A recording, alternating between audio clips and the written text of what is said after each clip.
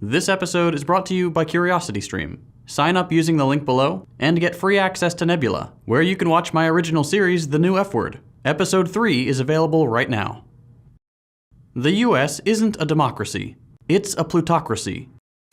And most Americans agree. Today, we're talking about so-called liberal democracy. Let's start with a definition. Democracy comes from this ancient Greek word, and translates to either rule by the people or rule of the people. This definition is a little bit vague, so for centuries various thinkers have come in with slightly different wordings for the same idea. For example, you might be familiar with Lincoln's slightly expanded definition, government of the people, by the people, and for the people. But there is truly a huge variety of definitions of democracy, all with their own unique prefixes and caveats. Ultimately, most definitions of democracy, whether they're trying to be universal or sketching out a more precise set of political institutions, are an attempt to realize the sovereignty of the largest group of people possible for any given society. Democracy is an attempt to give people the ability to decide what their lives and their society should look like, in contrast to a monarchy or a plutocracy, where one or just a few individuals would wield this power. Like any political concept, though, things get complicated when you move from the page to the real world. As with freedom, democracy can't be absolute. A democratic population can't abdicate its own power indefinitely, for example. Otherwise, it would be robbing its future citizens of democratic power. It can't remove decision power from any of its citizens in general, nor can it allow its citizens to remove each other's democratic power. It all gets a bit challenging when upholding one of these ideas conflicts with one of the others, in much the same way that freedom extends only so far as it does not infringe upon the freedom of others, and protecting that can mean limiting freedom in one way to reinforce it in another. The idea behind democracy is that it keeps this sort of stuff in check by ensuring power stays relatively evenly distributed between people. As a result, the decisions made in a democratic society should be reflective of the needs and wants of the population, and should generally be the product of that society's deliberation. But now let's look at the United States. There's a good chance you've seen this graph before. It's taken from a Princeton study on policy outcomes and voter preference, and it's one of the most direct pieces of evidence for the US's so-called democratic deficit. On the horizontal axis, you have the public support for any given policy, and on the vertical axis, you have the likelihood that this policy gets passed by Congress. In an ideal situation, the two should meet in the middle. If 100% of the public supports something, for example, there should be a 100% chance of Congress passing it, and vice versa for a policy that 0% of people support. But that's not what the graph shows. Using a set of nearly 2,000 policies across 2 decades, the authors of the study find that for the bottom 90% of the population, support for any given policy has no influence whatsoever on the likelihood of that policy getting passed. The line is flat.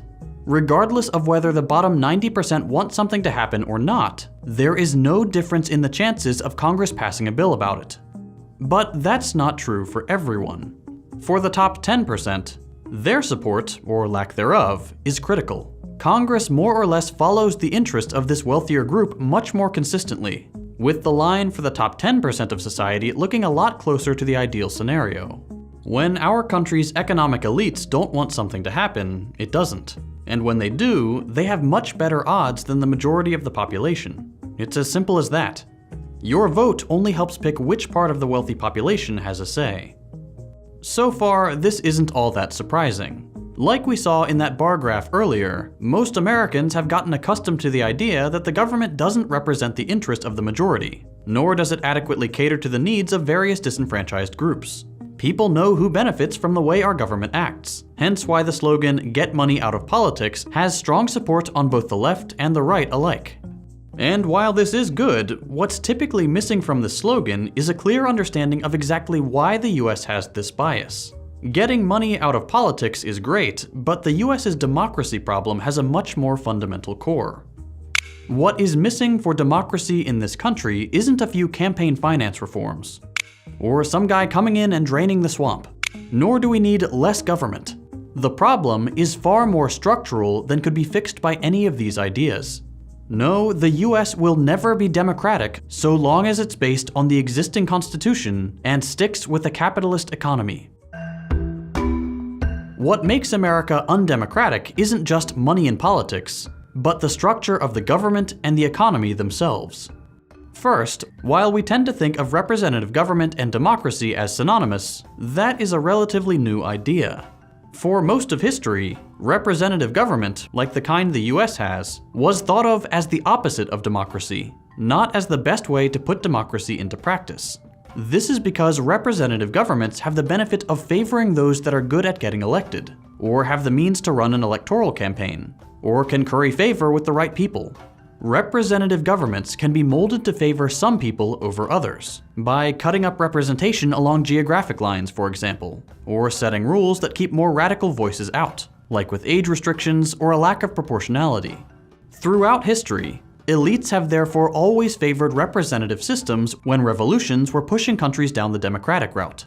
Better to accept some democratic concessions, like universal suffrage, but contain them within institutions that could still be regulated by those who would otherwise be dethroned. Representative government was seen by the elites that came out on top as a way to quell the general public and filter its interests through their own, ensuring that the democratic zeal of the population wouldn't carry the revolution to the point of upsetting their newly achieved status.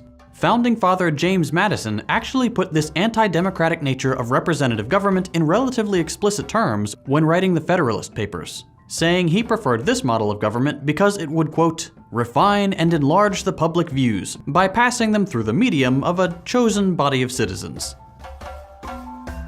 In other words, representative government actively gets in the way of democracy and favors, unsurprisingly, the representatives themselves and the class interest they may come to represent. In the case of the US, right from its founding, that means favoring the owners of economic property, merchants and large landowners, who only made up a tiny minority of the American people. This class allegiance between government representatives and those with property was baked into the new government the US founded, with the Constitution protecting things like private property, the private ownership of productive resources like factories, farms, and businesses.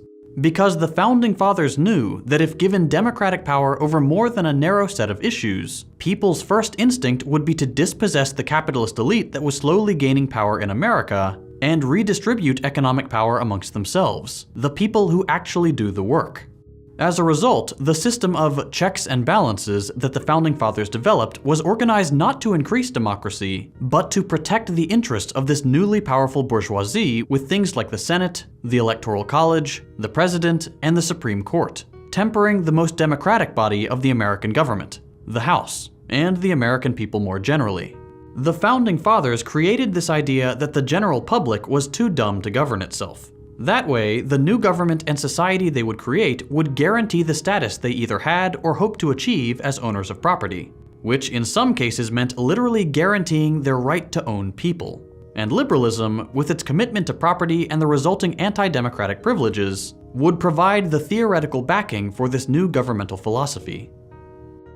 Although these systems are undoubtedly more democratic than the hereditary systems they replaced, they were still heavily limited in their attempt to reach the democratic ideal by the founders themselves, and it showed. It took centuries of tireless efforts and multiple uprisings against this system for the power of women and Black Americans to even be considered valid. Same with the violent strikes and protests by militant labor unions that earned all of us basic self-determination, with the weekend, the 8-hour workday, and vacation time. The original construction of the American government gave no democratic outlet for these policies to arise organically within its halls, regardless of popular support. It took tremendous democratic pressure from outside the liberal system in order for the American public to actually make change happen. And at the core of this issue of democracy is the capitalist system itself, and the fact that our liberal governments treat politics and the economy as if they were two completely separate things, in the process, allowing the economy to be governed by its own authoritarian laws. Take work, for example. At work, you have very little say about incredibly important things. You aren't sitting with the board of directors calling the shots on strategy for the next quarter. You don't elect your boss. You don't decide the safety of your working conditions. Rarely do you have a say in your working hours, and you aren't privy to things like how the company spends its money, especially on things like the salary of the people making those decisions. Most of the decisions about how a business is run, including those that affect you at a personal level, are made by someone else. Someone who is unelected and who undoubtedly has more money and power than you. They will make decisions that serve their interests at your expense, knowing full well that because you need food, water, shelter, and healthcare, and you can be fired at any time, you won't fight back and risk losing your salary. You can choose to quit, but it'll take a lot to get you to that point, and this lets the capitalist make just about any decision they want. The same is true across the entirety of the economy. What dictates economic decisions are not the needs of the people whom the economy is both by and for, but the profit motive. If something horrible is profitable, even if everyone but a handful of elites oppose it, that horrible thing will continue.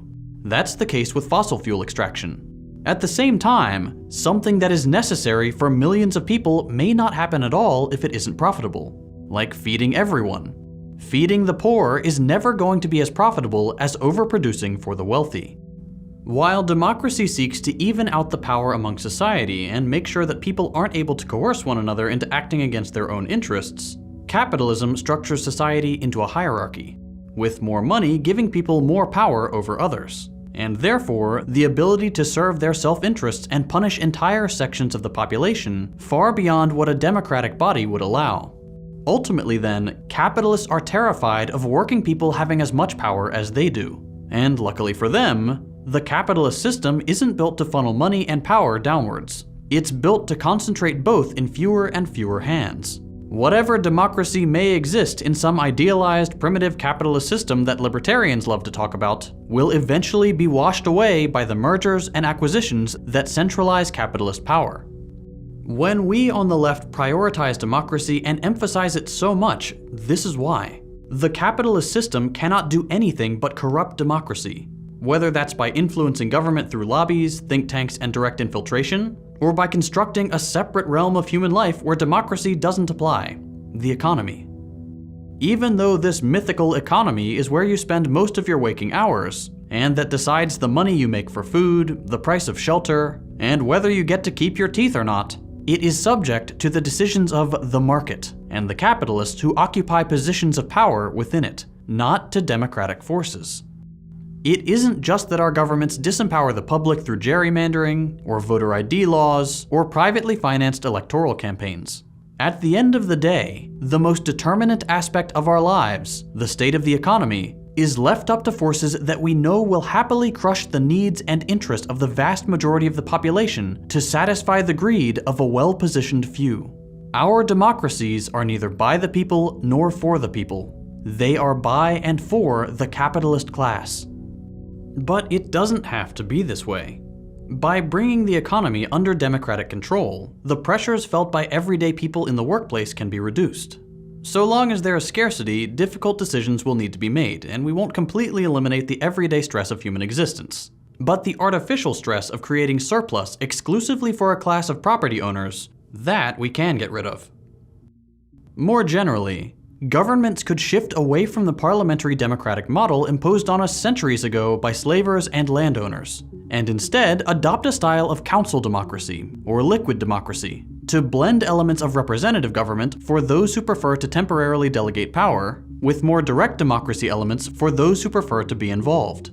Workplaces could be run without management entirely, or with a group of managers directly elected by the workers. Constitutions could be drafted and approved by referendums of the general population, like is the case in Cuba and is starting to take shape in Chile. Positions within democratic institutions could be assigned by lottery, the way jury duty is, or by any number of other methods to ensure a more decent representation of the population. Central aspects of the economy could be planned or otherwise controlled to ensure that basic necessities are available to all, preventing people from using the threat of taking them away as coercion. There are countless ideas that could increase the democracy of our country, that could submit necessary decisions of collective need to collective deliberation, while ensuring personal decisions remain guaranteed. But at the end of the day, a society in which the freedom to exploit is guaranteed to those with property can never be a democracy. The New F Word is a Nebula original series that explores the origins, characteristics, and resurgence of fascism around the world. Instead of taking the History Channel approach of focusing on the battles and leaders of World War II, the new F-Word focuses on the ideology of fascism itself. Where did it come from? What is it responding to? And how can we identify fascism when it appears in the world today? Wherever you stand on the political spectrum, being able to speak knowledgeably about this dangerous ideology is critical, and the new F-Word will give you the tools to do that. The first 3 episodes are available right now on Nebula. What you just saw is a little teaser for my Nebula original series, The New F-Word. I'm really proud of how it's coming along so far, and you can expect 1 episode per month for the remainder of the series. This show wouldn't have been possible without the support of CuriosityStream, who have supported Nebula's efforts since day 1. CuriosityStream is an established streaming platform with a solid track record of caring about great educational content and the financial security of those who produce it. They've got thousands of nonfiction titles from some of the best filmmakers in the game. As I've shared with you all many times before, YouTube doesn't treat its creators very well, especially channels with content like mine. That's why some of my creator friends and I teamed up to build Nebula, so we don't have to worry about demonetization. We're also super happy to be able to offer you this bundle deal, and get you all access to Nebula basically for free. Nebula is home to content from all your favorite YouTubers, all completely ad-free. Between the 2 platforms, there really is something for everyone, and by signing up at the link below, you're helping us produce more content like my original series, The New F-Word, which YouTube would never allow on its platform. Give CuriosityStream a shot, and get free access to Nebula when you sign up using the link below. It really does help support my channel, and educational creators all across YouTube. If you enjoyed this video, consider dropping a like. If you hated it, a thumbs down.